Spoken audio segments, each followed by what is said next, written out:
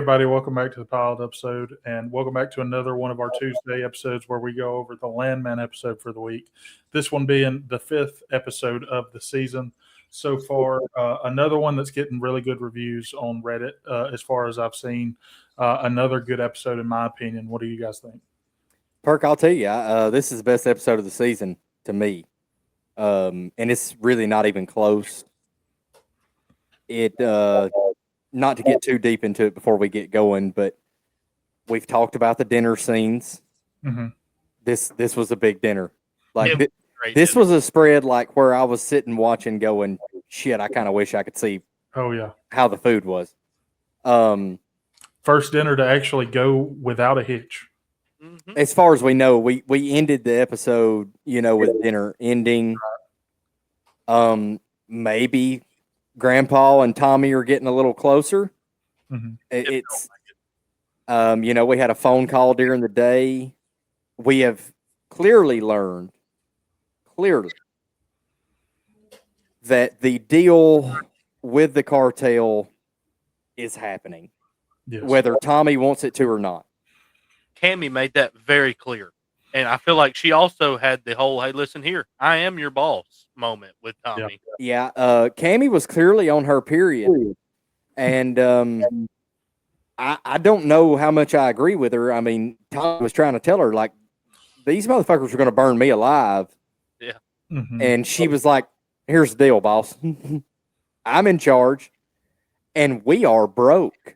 Yeah. I mean, I kind of get her point of they're already in business with him with that field. Like, I get it, but they're not in business with him to the degree that they're about to be in business with him. And Galeno kind of told Tommy, without saying that that's what he was going to do to him, told him exactly what he was going to do to him. He already knew how it was going to play out because he had already gauged Cammy, and he already had inside information that Tommy didn't know he knew. Right. Which brings us back to a slower episode that we thought was a little slow. Not so slow now, because if all that didn't happen, we wouldn't get to here. I do like that we also, like, we like to try and relate Landman to a lot of things that have happened before in Taylor Sheridan stuff. Mm-hmm. And so I feel like Cammy pretty much had a moment where it was like in Sons, where they're trying to talk the rest of the crew into moving the drugs. Like, mm-hmm. It's very similar. They've already got us. So, what's one more thing, Yeah. We're already carrying 30 keys. Why don't we carry 60 type of deal? Right. And like Cammy and Tommy really don't even know how bad everything is. We got dead bodies at the oil leak we still haven't gotten to. The money that they have that is theirs is not accessible for a very long time. So, if it's money you can't use, you don't have it anyways. Right. I'm splitting the fence on that whole decision. I hope Cammy's right. Mm-hmm. But we also have to talk about where is this going to take Tommy and Cooper? And Cooper's getting fucking married to this crazy bitch. I told you it's not that bad. Like, no, it is bad, Drew. He should not be marrying her. He should listen to his father, and he should pump the fucking brakes. She gives us the whole Catholic spiel, and she don't shack up. And it's like, nah, I'm pretty sure you've been sucking dick for 5 episodes. So, save that shit for somebody that's got time. He just took one of the worst business deals. Clearly, Tommy poked holes all over. Mm-hmm. Excuse me. But he was going to get fucked, and he was never going to make a penny. Yeah. He's going to become a landman. So now we're building towards possibly turning him into the new Tommy. Tommy turns into the president role more officially. I hope. I'm speaking in a perfect scenario, but I hope that's where we're headed. It would make a lot of sense, especially with Nate telling Tommy he's going to have to get more into the Fort Worth scene. He's going to have to find somebody to take his place there, because he was like, well, hell, Nate, who's going to do my job around here? Yeah. So hiring Cooper seems like a very easy transition into that. Yeah, I feel like that's definitely the plan off of hiring Tommy back, or not Tommy, off of hiring Cooper back. Yeah. It's it sucks because he thought he hit it big, and then he's having to sell his little bit of a company that he didn't even do an LLC or anything like that. He's having to sell it to MTechs and start working for him when he thought he was going to be a multimillionaire, if not a billionaire. And it's Well, here's the deal. He still might be. Mhm. He better get a fucking prenuptial agreement with her ass immediately before he signs that contract on this salary he's about to be getting.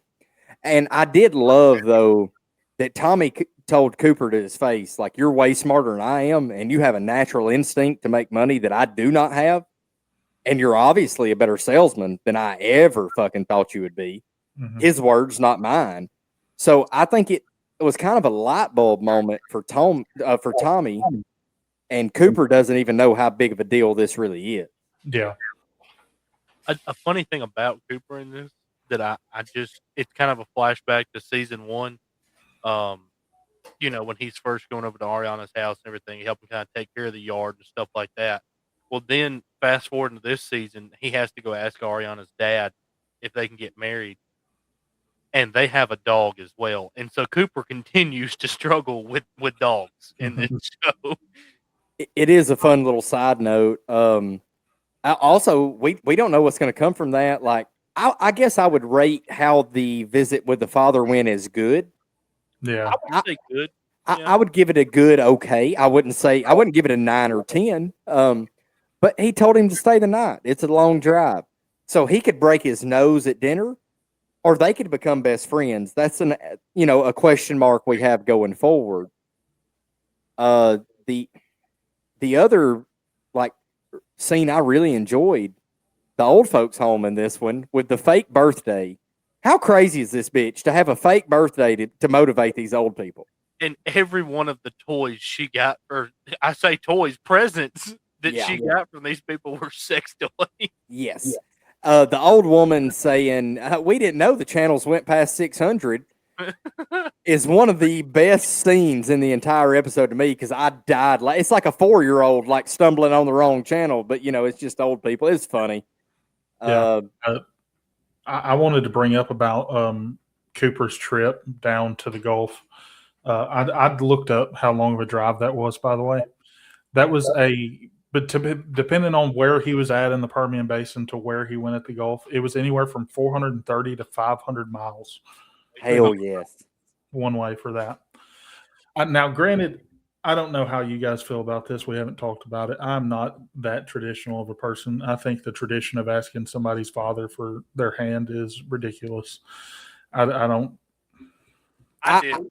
I did it. I actually did it similar to Cooper. I didn't have to drive that far, but I did drive and meet Haley's dad in a parking lot, and we sat and talked for about an hour. Mm-hmm. But also, me and him had a relationship at that point in time, and we're pretty close. Like, I could call or text him. Like, we speak during the week regardless. But yeah. For me, mine was hey, can I marry your daughter? And it was like, yeah, just do these 2 things for me and you're good. I said, okay. Yeah, see, for me, Shannon wanted me to talk to her dad, and I did. And we were over there visiting one day, and we went to the basement to hang out because he plays guitar too. So we go down there and play guitar or whatever. And I just told him, I was like, I'm going to marry your daughter. And then he didn't even like react. Granted, too, we got engaged 3 months after we met. So this is a little different. Yeah, me and Haley have been together for 5 years. So, yeah. So I don't think he took me seriously as that being a very immediate thing, but like a couple of weeks later, we was engaged. So yeah, he probably took it as I'm foreseeing that I'm going to marry your daughter one day. And you were like, no, buddy, I'm marrying her. Yeah, like pretty soon. Yeah, we were married in 6 months. But see, here's my knock on this perk, though. I get what you're saying. And traditionally, hell, a lot of these women don't even know their dad. So, and that's not their fault. Like, I'm not taking shots. But here's the deal. For her to do it as a test to get him to drive fucking 11 hours or however far, I don't care if it's an hour. But for her father to say, buddy, this ain't got shit to do with me.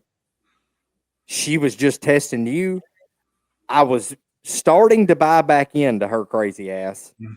And then she's going to pull some shit like that. But Mhm. Cooper is a different demeanor and a different attitude and mindset than me. And he took it with a grain of salt, laughed it off. He's staying the night. It's fine. Yeah. I did love the fact that on the back end of that, they did throw in the Tommy scene Mhm. with her at the bar, and he leaves her a $200 tip and doesn't even drink the beer. Yeah, I was going to bring this up to y'all. I don't even drink, and it made me mad that he wasted an entire I beer. would have. How does that make you feel? We would have had words at the bar. You can ask Drew. Neil's going around asking people, "Is they're getting? Are you gonna leave that?" Yeah, Perk, I'm serious, dude. But it's not even about the drinking part of it. It's about the wasting. Like, if you're going to order it, do it. And I don't care. I don't care if it's order cheese sticks, an old fashioned, a Bud Light on draft, or fucking you're doing a line of Coke at the bar. If you're going to order it and ask for it and pay for it, do it. He ain't gonna half-ass it around Neil. We got one speed. I had a different opinion than you, obviously, because I continue to have a different opinion than y'all on Ariana and everything. I think it was just her way of like him showing her, hey, I'm really all in on this thing. Mhm. She kicked him out 3 days ago, and he keeps coming back. What else do you need? She wanted him to fight for him, which is a crazy trait. I get that. That's not a good one. But wanting to be shown that he wants to be with her, I don't mind that. Well, and we know too, it's not just a Cooper thing because her dad literally said Elvio passed the test too. He just only had to walk across the street. Yeah. Mhm. Which is fine, but here's the deal. Just because you were crazy in your last relationship don't mean you get to be crazy in this one. I'm just telling you, they don't even have a kid together yet. And that only complicates and adds pressure. She's a bartender. He's a bankrupt dude that went completely upside down on a shit deal. They ain't got shit figured out. He ain't got no money. I mean, no money. But they're gonna have each other. Yeah, that idea ain't worth a velvet painting of a whale and a dolphin getting it on. Each other don't get you no fucking where if you don't handle your responsibilities. Yeah. Yeah. Tommy told him love is not the only thing that matters. And I will tell you, he is 1000% correct. Neil, how do you come up with these things? Movies. That's movies. You don't know that? This is a What is movie that from? podcast. You don't know that quote? That is Talladega Nights. It's Talladega Nights. Why do I not remember that from that movie? It's one of the greatest scenes in the entire movie. I love that movie, but I do not remember that scene. Yeah. Speaking of funny scenes, I had a couple one-liners that I wrote down that I wanted to revisit. Two of which come from when Tommy goes out to the oil field where the wreck happened. And this scene, we also, before I get into these quotes, we learned that Tommy has not been told anything. Mhm. Like, he's been off doing Communication is fading. Yes. And then he gets there, the cop says, well, he pissed in your Fruit Loops this morning. And Tommy says, God did. It's the first thing he did when he woke up this morning. And then another one is they're talking about lawyer. I'm drawing like Rebecca. That's right. They're talking about Rebecca, and he says she's so wound up. If she swallowed a lump of coal, she'd make a diamond in 3 days. Yes, I'm so glad you said that because we had to bring that one up. Yeah, I had that one. But he had some more cuss rants Well, in this episode that were just fucking amazing. Yeah. When he walked out there at his dad and he was like, he went to leave. He was like, my entire day, whatever. He goes to leave and he's like, hey, by the way, dinner around here kind of become a whole thing. So like, just so you know, and when he gets home, it's, Tommy had one of the worst, actually, I would say this is Tommy's worst day since we started you won't the show. Because I got it wrote down. I'll read it word for word. Nail it. I swear one of these days a little demon's going to run out of those bushes over there and fuck me right here on this porch. With this song playing in the background. And he goes in and his dad's like, yeah, I see the misery you go through. Like, he's sitting there drinking a beer. He's like 6 beers in. He's been shooting the shit all afternoon. He's having a blast. And Tommy has been through hell. I mean, hell. pirate outfit. Yeah. Everybody's in a pirate outfit. Rebecca's even in a pirate outfit. That's on the thumbnail for this episode. Rebecca in the pirate outfit. Yeah. It should be. That was the most surprising. It was such a little scene, but like it was like, oh my god, she does have a heart. We, another one I wanted to bring up was during the phone call between Tommy and TL. Tommy said something about something being funny as a fart in church or something like that. TL goes, fart in church don't sound funny. And Tommy goes, depends on your proximity to the fart. Well, when they hung up was the best part of that entire phone call. TL fucking starts talking everything Tommy said there at the end about check my fucking, I'll see how far I can shove my foot up your ass. Yeah. You know, after they're already off the phone. And then he meets shit, her name just left my mind. Shelby or whatever. Yeah, Shelby. What are we setting up with that? It was odd. Just a friend. I feel like she's gonna probably be his best friend. Yeah, so here's what was weird though, man. Like they almost going with that, and it ain't right, Perk. There's no way. But look, to Perk's defense, like I had a 2-minute stretch. Like when he walked down to the fence, I thought he was just going to end the conversation and be like, Ansley, I met your little buddy. She's a nice girl, whatever. He walks down, they carry on the conversation. He tells her how much he enjoyed it, which is probably the most emotion we've seen him show since his character has came about. Mm-hmm. And it was almost like they were portraying him as like Sam Elliott in Roadhouse in the 80s. And his hips aren't good enough for that age group anymore. He's struggling to walk around. So that was kind of odd to me, but I think it was good. Fun fact, though, on Shelby as the actress, I don't know if we know who that is. I just recently found out. That is Tim McGraw and Faith Hill's daughter. Wow. Oh, wow. I didn't know that. So Tim McGraw being in 1923 or whichever one of the spinoffs of Yellowstone he was in, hooked this up with Taylor Sheridan for down the road, and that is their daughter. So she comes from good genes, obviously. I mean, her fucking father is Tim McGraw and her mother is Faith Hill. Can't say good genes anymore. Why can't I say good genes? Podcast is canceled. We're done. You didn't know that whole debacle? That's an off-air discussion we'll get into. Don't worry. It's probably going to piss me off, so you can probably save the time. It will. I'm going to continue to say good genes if your fucking father's Tim McGraw and your mother's Faith Hill. Fair. I love my parents, but they ain't Tim McGraw and Faith Hill. Yeah. So they have good genes. Regardless of that, I agree with Perk, though. That was set up weird. Yeah. But dude, all in all, like we're not even touching on Nate's little bit of scenes. Like that, there was so much like good little banner, just 3 and 4 minute segments in this entire episode, and we set up so much more. Yeah. And we still have no idea how this is going to play out with Tommy and Cooper. No idea. Another TL thing I wanted to talk about is another really, really small thing. When Tommy told him where to find the key to get in the door, he goes, there's the frog, there's the key. Thank you, frog. And then he's just, if Sam Elliott says it in that low, slow voice, he can talk to a frog in mulch by himself about a key to get into the house he's now living in, and you enjoy it because he's that fucking smooth. Oh, and the other thing about him and Tommy's phone call was when Tommy asked him if he was opening the door right. He said, "I've been opening doors for 80 years. I think I know how to operate a door. I think I've mastered the fucking ability to open a door," or whatever he said.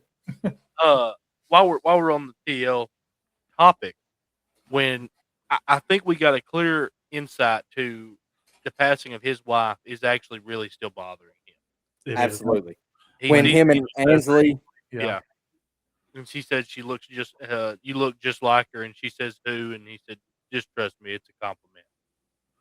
He's still bothered. Yeah. It's expected. I understand they weren't together, but it's still his wife at the end of the day. So yeah. That's the mother of his children or child. That was children. Yeah. I'm kind of like, I would like to see us like bring Sam Elliott back to life a little and see him being the old crippled man. Maybe he takes over Tommy's job. I'm not going to go that far. He doesn't have that much left in the tank, but it would be pretty cool to see Tommy come in one morning and like bust in his door at 5 a.m. be like, "Hey, shit hit the fan. You got to ride with me today." Yeah. And let's just get a day of them two in the truck, like out on the actual job site. I would love that. Like, I feel like we'll get that. Something I- like that coming. I hope that happens. I would also be really okay with seeing him and Cooper in the same setting. Like Tommy saying, I'm not sending Cooper to do this shit alone. If Yeah. these guys give him shit, cuss him out, ride with him. You don't even have to get out of the truck. Yeah. And again, the shit I'm saying can never happen or even be close to what's coming. I'm just telling you, I would love to see it. Right. All right. Well, did you enjoy the episode? I think we all kind of are a big yes on that. It's the Mhm. best episode of the season to me. Like I Great said, episode. Anything we were missing at all? Because, like, honestly, I don't think we were missing much on this one myself. Y'all have anything? Not really. no, I mean, it just a really good episode. There was so much, like, we could break it down from a lot of different ways or standpoints and different conversations, or just on the stuff that was missed with Tommy. And you could talk about this episode for 2 hours. Another thing I did want to bring up was this is the first episode we've seen Rebecca get handled in a conference room. That is very important, and we left that out. Mm-hmm. She got dominated. Mm-hmm. And so it's what we Didn't know what to do. She was frazzled. it's I got a theory on this. Go ahead, Neil. it's what we saw. She walked in there a week ago, and she buffaloed every one of those guys, and literally left them sitting there going, "Oh shit, what are we gonna do?" She pissed them off the way she talked to them, and they went home and did their homework. Yeah. And she stumbled into a "oh shit" moment, Mm-hmm. and they busted her ass right back. You can relate it to football. They made halftime adjustments and Yeah. shit. Yes, sir. I don't they did. know. Here's my theory on this. I don't know that they so much did the homework and adjustments. Could we not see a world where Garino, I think is his name, Galeno. Galeno. where he goes to this company to ensure that Cammy is going to get into business with him because they need the money now. But see, their argument with Rebecca happened before he was even in the picture. But he could have created it, is what I'm saying. He could have created that demand. I guess you could possibly be right. I hope you're wrong, because if Tommy finds out that's how it went down, Yeah. they're going to come to blows. Mhm. But regardless, Rebecca got absolutely fucked up in there. Mhm. And we thought she was bulletproof. Or I said we. I'm speaking for myself. I thought she's the bulldog of all bulldogs when it comes to this. It was set up that way. But to her defense, some of the shit Monty did and how he's moving this money around, I get in theory, it sounds like a good idea when you're making money. But Drew, what do we say all the time? If it doesn't make money, it doesn't make sense. Mm-hmm. And he clearly did a lot of shit without keeping people in the loop that right now it's not making a lot of sense. He needed to have somebody in the loop, but granted, the type of medical emergency he had no idea that was coming. Yeah, and I understand that, but like when you're throwing around that kind of money, and you got second mortgages on $1 million houses and private jets and shit, we got to start dotting I's and crossing T's, and he did not. No. And Cammy's just been signing shit for years, not knowing what the hell he's signing. I don't know that she was signing it. Yeah, I don't think she was. Again, she wouldn't have cared either way. She would have said, "This motherfucker turns everything into gold. He's extremely successful. I love my life. Let's keep rolling." He was, to me, the way they explain him, he's kind of like he was Midas, like you said, he turned everything into gold. But to me, it seems like he was similar to Cooper in that his intuition was so good that he was willing to play fast and loose because he knew he was going to hit on most of his ideas. He could gamble and win more times than not. And Which- that's what Cammy said at the beginning of the season. He was a gambler. Yes, which is if you are that type of person that hustles like that, I understand in business it is a very, very winning trait. But when you're moving at that magnitude and that level of money, Just takes one. Mm-hmm. you can't move like that anymore. No. There's a difference in moving $100 and turning it into $500 and moving $1 million and turning it into $5 million. Very big difference. You lose the 500 you thought you were going to make, you still eat supper that night. You lose 5 million, now you can't pay payroll on a fucking job site. So it's just, and now they are up against it with getting this offshore rig set up. It's not going to happen. I mean, it's looking more and more like this is headed to court, and they're going to get tore up. So there's a lot that's got to happen. I think Galeno is going to bail him out. I think the deal with Cooper is going to have a lot to do with bailing him out in a perfect world. Yeah. I think it's possible we see Galeno and Cooper get pretty close down the road. I think that's something you could see. Then again, who knows? Is Taylor Sheridan Cooper could be the one that kills him in the middle of the night? Yep. I don't know.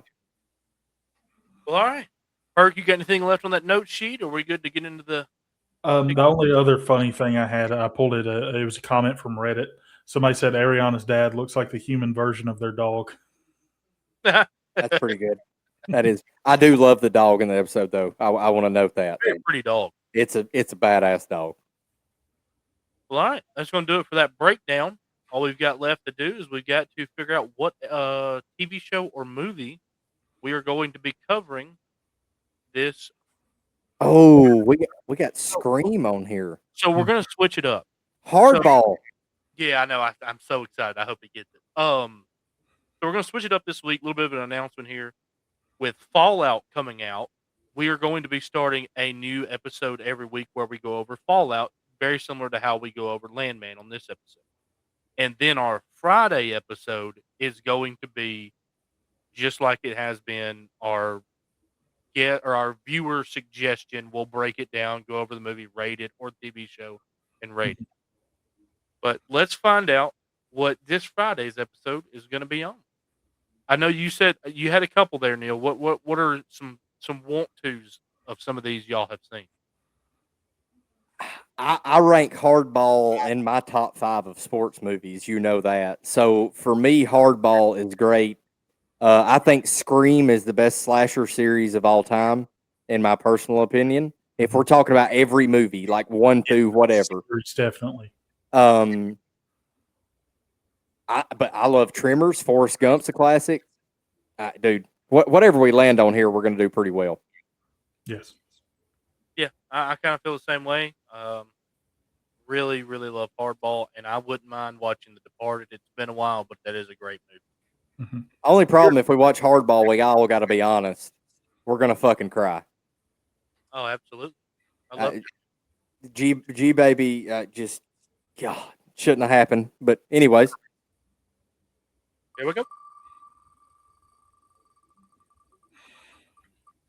Oh, you missed it. Oh, I don't mind a little Mel Gibson. Oh, I don't either. I don't mind it at all. With that list, we couldn't have lost, to be honest. No, you are correct.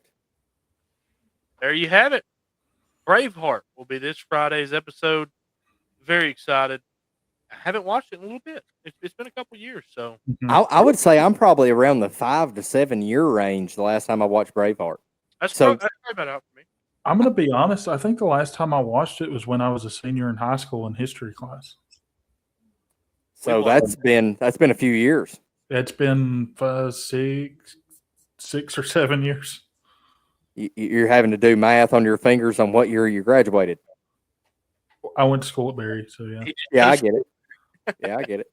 2 hours and 58-minute runtime, by the way. Erk's gonna hate it. No. Right up my alley. Absolutely. I think Jano had us watch this movie over 3 different classes, so that adds up. Jano wasn't wanting to do shit those 3 days, dude. He was like, "The hell with this! Y'all watch this movie." Yeah. Shout out Jano. That's my boy, man. All right. Well, that's going to do it for this episode. Make sure you like, share, subscribe, tell Grandma we put another Landman episode out, and it's a good one. And Sam Elliott's in it. That'll get her fucking going. That will get Grandma going. But all right, we'll be back Thursday. I'm sorry. We'll be back Thursday with our Fallout episode, and then back Friday with the Braveheart breakdown. We will see y'all then. Neil, what you got? We'll see.